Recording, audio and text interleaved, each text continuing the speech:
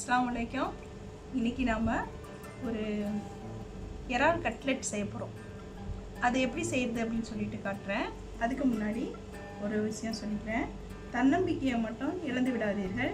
இன்றைய தினம் கடினமாக இருக்கலாம், நாளைய தினம் மிக மோசமான தினமாக இருக்கலாம், ஆனால் நாளைய மறுதினம் நிச்சயம் பிரகாசமாக இருக்கும். ஓகே, நான் இப்போ சமையலுக்கு நம்ம இது 1/2 கிலோ இறால் எடுத்துருக்கோம்.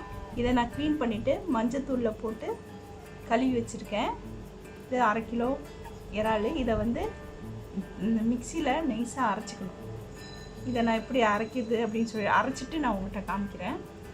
ஓகே, இது பாதி இது அரைஞ்சிருச்சு. இப்போ இதில் 1/4 மூடி தேங்காய் போட்டுக்கிறோம். 2 டீஸ்பூன் இஞ்சி பூண்டு போட்டு அரைச்சிக்கணும். இஞ்சி பூண்டும் 1/4 மூடி தேங்காயும் இதோட சேர்த்து அரைச்சிக்கணும். ஓகே, இதை நான் அரைச்சிட்டு காமிக்கிறேன். அப்புறம் உப்பு ஒரு இதிலே போட்டுக்கலாம். உப்பு ஒரு 1.5 டீஸ்பூன் போட்டுக்கலாம். இப்போ இதை நல்லா பேஸ்ட் ஆக்கிட்டு நான் உங்களுக்கு இறால் அரைச்சிட்டு வந்தாச்சு. இது தேங்காயும் இஞ்சி பூண்டும் போட்டு அரைச்சிருக்கோம். இப்போ இதில் என்னென்ன சேர்க்கணும்னு சொல்லிட்டு நான் சொல்கிறேன்.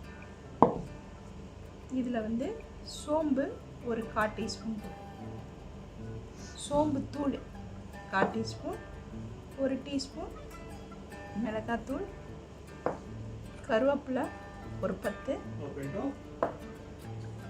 வெங்காயம் ஒரு வெங்காயம் சின்ன சின்னதாக வெட்டி வச்சுருக்கேன். அந்த வெங்காயத்தை போட்டுக்கணும். வெங்காயம் போட்டுட்டு ஒரு முட்டை உடைச்சி கொடுத்துக்கணும்.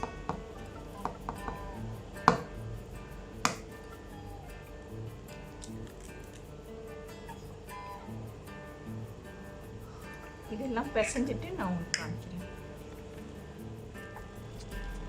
இப்போ நம்ம இது பிசைஞ்சு வச்சாச்சு. இப்போ நான் இதை பொரிச்சு காட்டுறேன். கையில் கொஞ்சம் எண்ணெய் தடவிக்கங்க. அடுப்பை மெதுவாக வச்சுக்கோங்க.